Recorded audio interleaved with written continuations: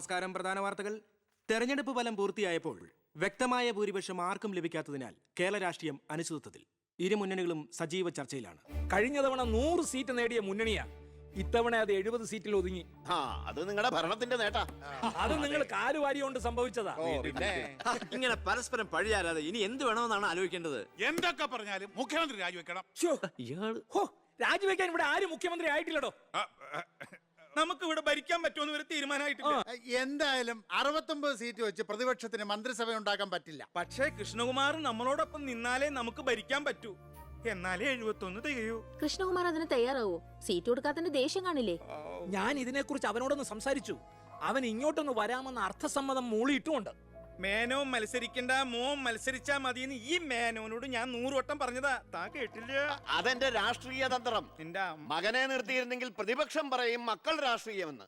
അച്ഛന്റെ പിൻബലമില്ലാതെ മക്കൾ സ്വയം വളരണം. അവനത് തെളിയിച്ചു. അതിനുവേണ്ടിയാ ഞാൻ എതിർത്തത്. വരണം വരണം വരണം.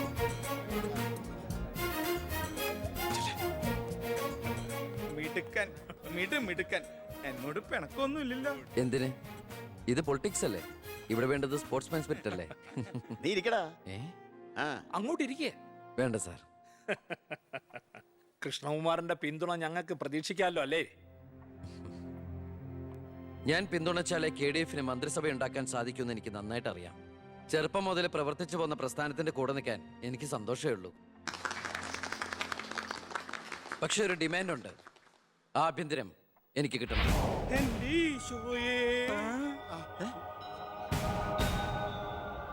ഞാൻ ആ കാര്യം പറയാനിരിക്കായിരുന്നു. Home minister ആകാനോ? അത് നടപ്പില്ല. മന്ത്രി ആകണമെങ്കിലേ വകുപ്പിനെ കുറിച്ച് അറിയണം, പ്രവൃത്തി വരികയോ വേണം. ആരതൊക്കെ പഠിച്ചിട്ട് ഇവിടെ മന്ത്രിയാണത്? ദിവാരേട്ടൻ ഗതാഗത മന്ത്രിയായിട്ട് ഇരുന്നിട്ടില്ലേ? പണ്ടങ്ങോ ബസ്സിൽ കയറിയതാണോ പ്രവൃത്തി പരിചയം? വണ്ടി ഓടിക്കാൻ അറിയോ ദിവാരേട്ടന്? വേണ്ട. ആക്സിലേറ്റർ ക്ലച്ചും ബ്രേക്കും തിരിച്ചറിയോ? ഇല്ല. ഇതായിരിക്കണേ കിഴിപ്പുള്ളി സാറ്.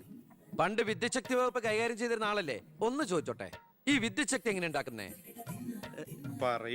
അത് വെള്ളത്തിന്ന് ആണോ? പിന്നെന്താ വെള്ളത്തിൽ തൊട്ട ഷോക്ക് അടിക്കാത്ത? പറയാൻ അതൊക്കെ എന്തിനാ നമ്മൾ അറിയുന്നേ? സ്വിച്ച് ഇട്ടാ കറണ്ട് വരുന്നുണ്ടോ? അത് മാത്രം അറിഞ്ഞാ മതി. അതറിയില്ല. യവൻ പറയുന്നതിലും കാര്യമുണ്ടെന്നേ. പിന്നെന്താ ഷോക്ക് അടിക്കാത്ത? നമ്മളെന്തിനാ വല്ലവന്റെ കാര്യം ആലോചിച്ച് തല ഉണ്ടാക്കുന്നേ? ഏതൊരു ജോലിക്കുണ്ട് യോഗ്യത ടെസ്റ്റ്. സത്യത്തിൽ മന്ത്രിയാകാനും വേണം ഒരു പരീക്ഷ. ഈ IAS IPS ഒക്കെ പോലെ IIPS, Indian institute of political science, അത് പഠിക്കണം. അല്ലെങ്കിൽ വേണ്ട. മിനിമം യോഗ്യത 10ാം ക്ലാസ് പാസ്സാവണമെന്ന് പറഞ്ഞാ ഇവിടെ ഇരിക്കുന്ന പലരും ഓടിപ്പോണ്ടി വരും.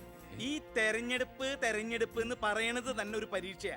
ആ പരീക്ഷ പാസ്സായവർക്ക് മാത്രമേ മന്ത്രിയാവാൻ പറ്റൂ. അതൊരു പരീക്ഷയല്ല സാറേ, പരീക്ഷണമാണ്. ഇവനെങ്കിലും ശരിയാവോ എന്നുള്ള ജനങ്ങളുടെ പരീക്ഷണം.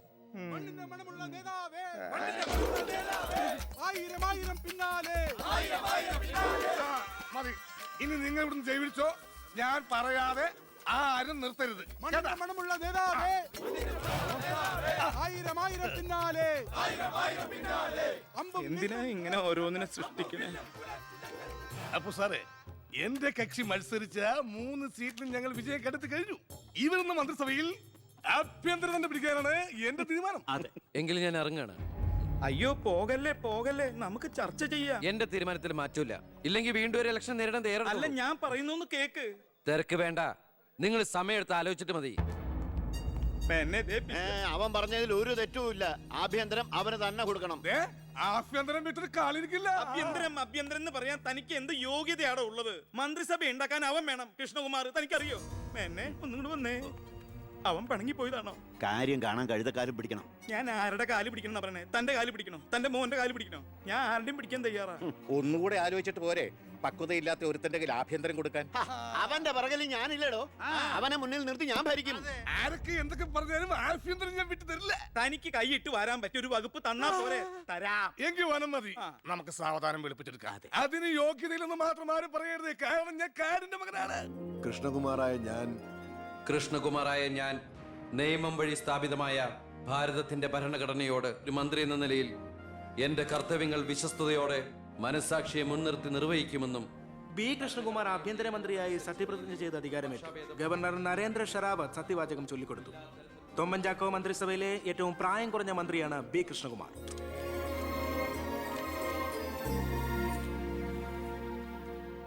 പുര കത്തുമ്പോൾ വാഴ വെട്ടുന്നു എന്ന രീതിയിലല്ലേ ഭൂരിപക്ഷം തികയ്ക്കാൻ ബുദ്ധിമുട്ടിയ KDF-ൽ നിന്നും നിങ്ങൾ ആഭ്യന്തരമന്ത്രി സ്ഥാനം വില പറഞ്ഞു വാങ്ങിച്ചത്? എനിക്ക് കിട്ടിയ അവസരവും ഉപയോഗിച്ചു എന്നുള്ളത് ശരിയാണ്.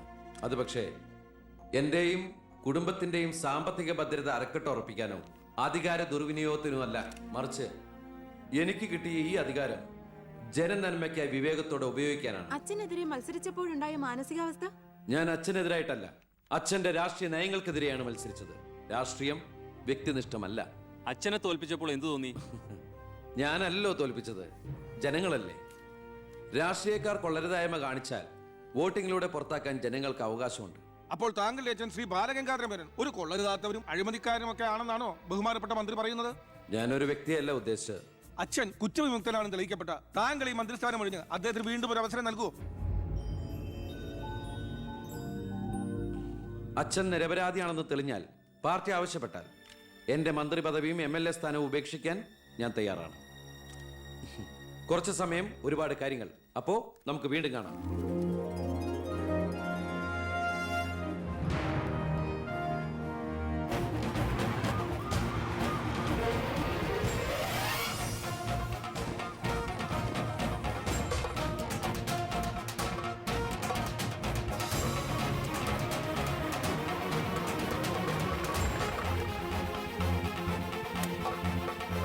സർ, ഒരു ചോദ്യം. സോറി, ആവശ്യത്തിലേറെ ചോദ്യങ്ങൾക്കുള്ള ഉത്തരം ഞാൻ പറഞ്ഞു കഴിഞ്ഞു. ഇനിയും ആവർത്തിച്ചാൽ വെറും വാചക കസർത്ത് നടത്തുന്ന ഒരു ഹോം മിനിസ്റ്ററായി പോകും ഞാൻ. പ്ലീസ് പ്രവർത്തിച്ച് കാണിക്കാനുള്ള സാവകാശം തരൂ. അപ്പൊ പിന്നെ കാണാം.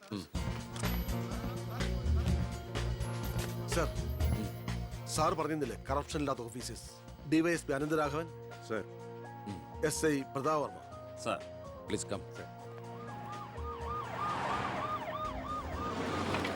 നമസ്കാരം sir. Excuse me sir. Sir, ഈ മന്ത്രിസഭ കാലാവധി പൂർത്തിയാക്കൂ. ക്യാബിനറ്റ് മീറ്റിംഗ് കഴിഞ്ഞിട്ട് പറയാം. 5 കൊല്ലം ഞാൻ ഇവിടെ ഉണ്ട്. മീറ്റിംഗ് കഴിഞ്ഞിട്ട് പറയാം. മീറ്റിംഗ് കഴിഞ്ഞിട്ട് പറയാന്ന് പറഞ്ഞില്ലേ?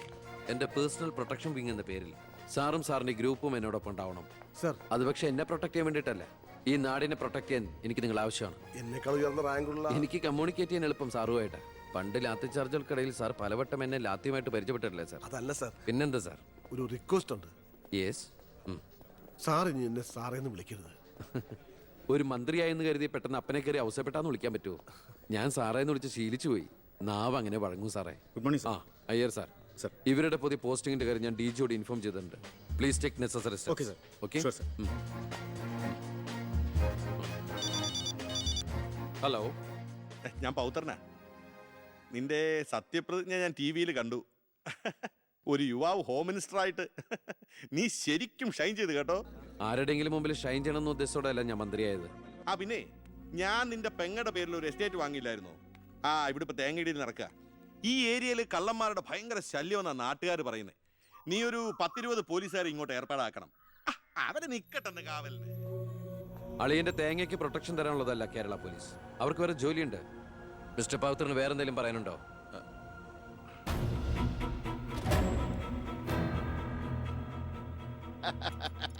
പല വകുപ്പുകളും കൈകാര്യം ചെയ്തിട്ടുണ്ടെങ്കിലും ആഭ്യന്തരം ഇതാദ്യാ. മരുന്ന് പയ്യനല്ലേ, അവന് എക്സ്പീരിയൻസ് ഇല്ലല്ലോ. അതുകൊണ്ട് ഭരണമൊക്കെ ഞാൻ തന്നെയാ. ആയിക്കോട്ടെ, വിളിയോട് വിളി. അത് പിന്നെ വിളിക്കാതിരിക്കൂ. സാറിന്റെ ലേഖനം അപാരം. ഇനി അങ്ങോട്ട് ശുക്രദേശയാ. തട്ട് ചെണ്ടയ്ക്കും തുട്ടുപാരാർക്കും. അങ്ങനെ ഞാൻ ഉദ്ദേശിച്ചത് മന്ത്രിയായതിന്റെ ചെണ്ടോട്ടും ആഘോഷവും. ഇരിക്കടാ. ഇരിക്കേ, അച്ഛാ ഒരു മിനിറ്റ്. അനുഗ്രഹം മേടിക്കാനായിരിക്കും. ആയിക്കോട്ടെ ആയിക്കോട്ടെ. ഈശോയെ. അച്ഛൻ അവിടെ ഇരിക്കേ. ഇത് മന്ത്രിയുടെ കസേരയല്ലേ? ഇവിടെ ഇരിക്കേണ്ട ഞാൻ ഇവിടെ ഇരുന്നില്ലെങ്കിൽ അവിടെ പട്ടി കയറി ഇരുന്ന് ഇറങ്ങി. ഞാൻ ഉദ്ദേശിച്ചത് ഒരു ബനാന ടോക്കാണ്. പഴഞ്ചൊല്ല് ഷോ കയ്യിൽ നിന്ന് പോയി ഉണ്ടായിരുന്നു. അച്ഛൻ ഒരുപാട് കൊല്ലായിട്ട് ഈ നാടിനു വേണ്ടി കഷ്ടപ്പെടുന്നതല്ലേ? ഇനി കുറച്ചു കാലം റെസ്റ്റ് എടുക്ക്. നമുക്ക് ആരോഗ്യമൊക്കെ നോക്കണ്ടേ? അതെ അതെ, മകൻ ഇവിടെ ഹോം മിനിസ്റ്റർ ആകട്ടെ, അച്ഛൻ ഇനി കുറച്ച് നാള് ഹോമിലെ മിനിസ്റ്റർ ആകട്ടെ. വേണ്ടല്ലേ? അമ്മേ, ഞാൻ ഓഫീസിൽ എത്തിയുള്ളൂ. പിന്നെ അച്ഛൻ അങ്ങോട്ട് വരുന്നുണ്ട്. കുറച്ചു കാലം അവിടെ കാണും. സന്തോഷായില്ലേ? അച്ഛന് ഇഷ്ടപ്പെട്ട ആഹാരങ്ങളൊക്കെ ഉണ്ടാക്കി കൊടുക്കണം. പാലടയും പ്രഥമനൊക്കെ ആയിക്കോട്ടെ. വേണമെങ്കിൽ വീട്ടിലൊരു ATM കൗണ്ടർ ഞങ്ങൾ ഏർപ്പാടാക്കി തരാം. ATM? അതെ, എനി ടൈം മദ്യം ചുമ്മാ അടിച്ച് വീലായിട്ട് വാള് വെച്ചോട്ടെ സാർ. ഇനിയിപ്പോ ആര് ചോദിക്കാൻ? എന്തിനാ സാർ എന്ന് സമയം കളയുന്നത്? ഇപ്പൊ പോയ സന്ധിക്കുമ്പോ വീട്ടിലെത്താം. ഇവിടെ ഞങ്ങൾക്ക് 100 കൂട്ടം പണികളുണ്ടെന്നേ. അച്ഛനോട് നിന്നാലേ നമ്മുടെ പണി നടക്കത്തില്ല. ഓ, എന്തൊക്കെ ആഗ്രഹങ്ങളായിരുന്നു. പോകുന്ന പോക്ക് കണ്ടില്ലേ? CPU പോയ കമ്പ്യൂട്ടറിനെ പോലെ. സർ, കളക്ടർ ഗോപിനാഥൻ കാണാൻ വന്നിട്ടുണ്ട്. വെയിറ്റ് ചെയ്യാൻ പറയൂ. കുറെ നേരമായി വെയിറ്റ് ചെയ്യുന്നു സാർ. ആ കുറച്ചേരം കൂടി വെയിറ്റ് ഇട്ടയ്യർ സാറേ. Okay sir. ഇയാൾ ആരാ? സ്വാമിനാഥൻ അയ്യർ, M.Com LLB, എന്റെ PA. അയ്യോ അപ്പൊ ഞാനോ? താൻ വേറെ 8ാം ക്ലാസ്സും കുസ്തിയില്ല. അപ്പൊ എന്റെ പോസ്റ്റ് എടോ, നിന്ന നിൽപ്പിൽ മറുകണ്ഠം ചാടിയ തന്നെ ഞാൻ എങ്ങനെ വിശ്വസിക്കാനാ? ഇനി തിരികെ അങ്ങോട്ട് ചെന്ന് അവിടെ വിശ്വസിക്കില്ല. അതെന്റെ കുറ്റമല്ല. അപ്പൊ ഞാൻ എന്ത് ചെയ്യും? ആ താനെന്തേലും ചെയ്യും. അയ്യോ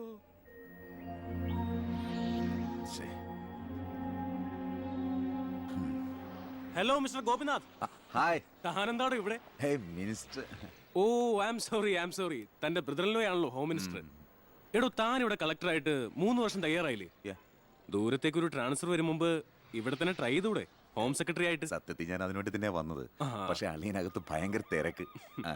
anyway okay then best of luck. Thank you.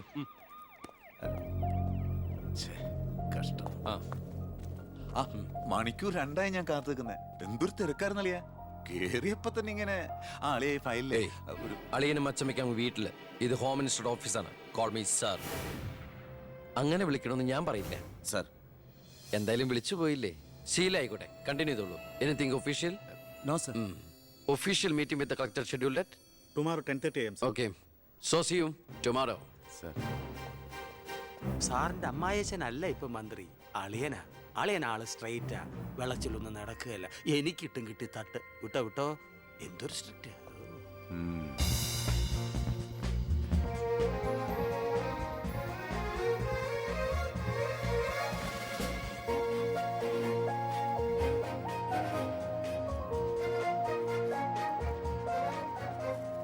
Welcome to police conference. Please come sir.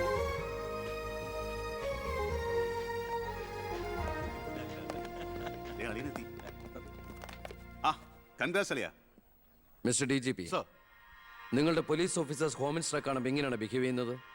Mister Harshan, don't you know as per protocol you have to salute your superiors? Salute the Home Minister.